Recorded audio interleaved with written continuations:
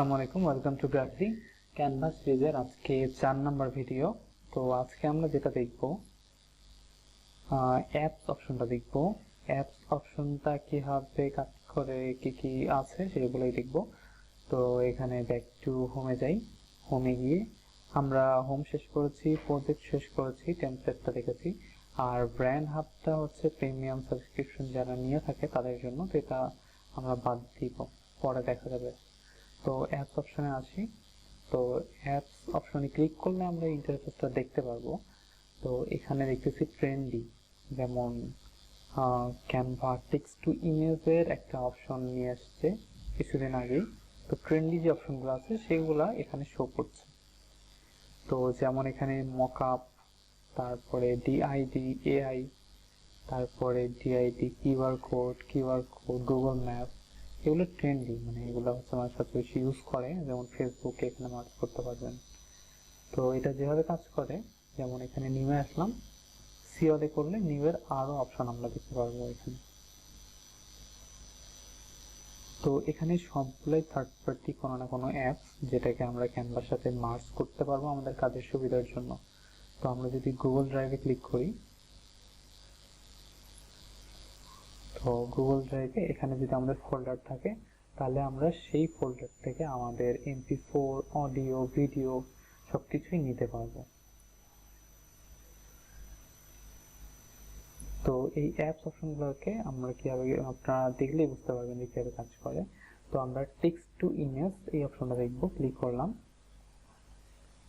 Use in existing design, যদি আপনার কোনো এক্সিস্টিং ডিজাইনে আপনি এআই এর মাধ্যমে ছবি ইউজ করে চান তাহলে করতে পারেন। আমরা নিউ করব, নিউ করে এখানে হচ্ছে আমরা ফেসবুক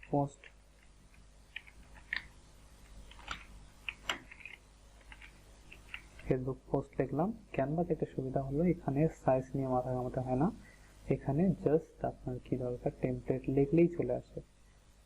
আর সাইজ দেখেন এখানে চলে আসছে, আমার লাগবে স্কোয়ার, আমি স্কোয়ারে ক্লিক করলাম, আমার টেমপ্লেট রেডি।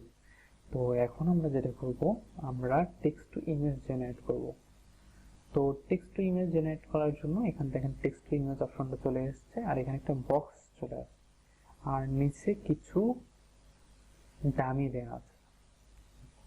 তো আমরা এখানে যদি লিখি, আমাদের লাগবে একটা ফুড রিলেটেড আইটেম, তো ফুডই লিখলাম।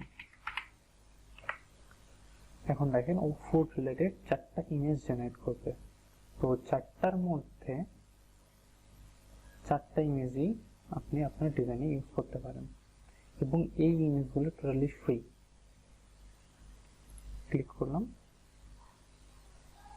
দেখেন ওই ইমেজটা চলে আসছে। এখন আমি এটা ব্যাকগ্রাউন্ড রেড, এটা কিন্তু কোনো ইমেজ না, এটা এআই দিয়ে ক্রিয়েট করা ইমেজ, এবং সেটা টোটালি ফ্রি।